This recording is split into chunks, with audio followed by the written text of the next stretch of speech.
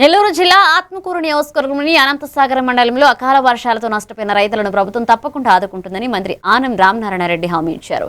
గుడిగుంట, చిలకలమర్రి, కామిరెడ్డిపాడు తదితర గ్రామాల్లో దెబ్బతిన్న వరి, పత్తి పంటలను పరిశీలించిన మంత్రి రైతుల నుంచి నష్ట వివరాలను స్వయంగా తెలుసుకున్నారు.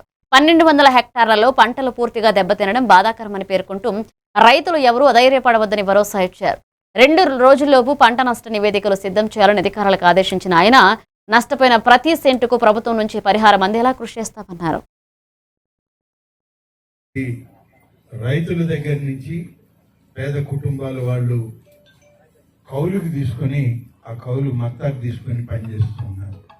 చేతికి వచ్చేటువంటి సందర్భంలో వ్యవసాయ శాఖ 4 పుట్ల ధాన్యం అవుతుంది, ఎకరాకి అంత బాగా వచ్చింది వరి అని అనుకునే సమయంలో ఇది జరిగింది.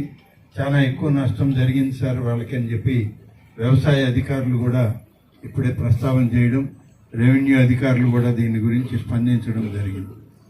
ఈ విషయం నాకు తెలిసిన వెంటనే జిల్లా వ్యవసాయ శాఖ అధికారులని, రెవెన్యూ అధికారులని వెంటనే వెళ్ళి మీరు చూడాలి, చూసి వీటిని వెంటనే ఎన్యూమరేషన్ చేసి ఎక్కడెక్కడ ఎంత డ్యామేజ్ జరిగిందో చూడాలి అని చెప్పి చెప్పడం జరిగింది. ఇప్పుడు మిగిలిన ఇంకా కూడా చూడాల్సినవి ఉన్నాయి, అన్ని బయలుదేరుతాను. పోయే ముందు ఇక్కడ స్టార్టింగ్ పాయింట్ కాబట్టి మీకు ఒక ఇన్ఫర్మేషన్ ఇవ్వాలి. ఆ ఇన్ఫర్మేషన్లో ఇవాళ వరి పైరు పెట్టి దాంట్లో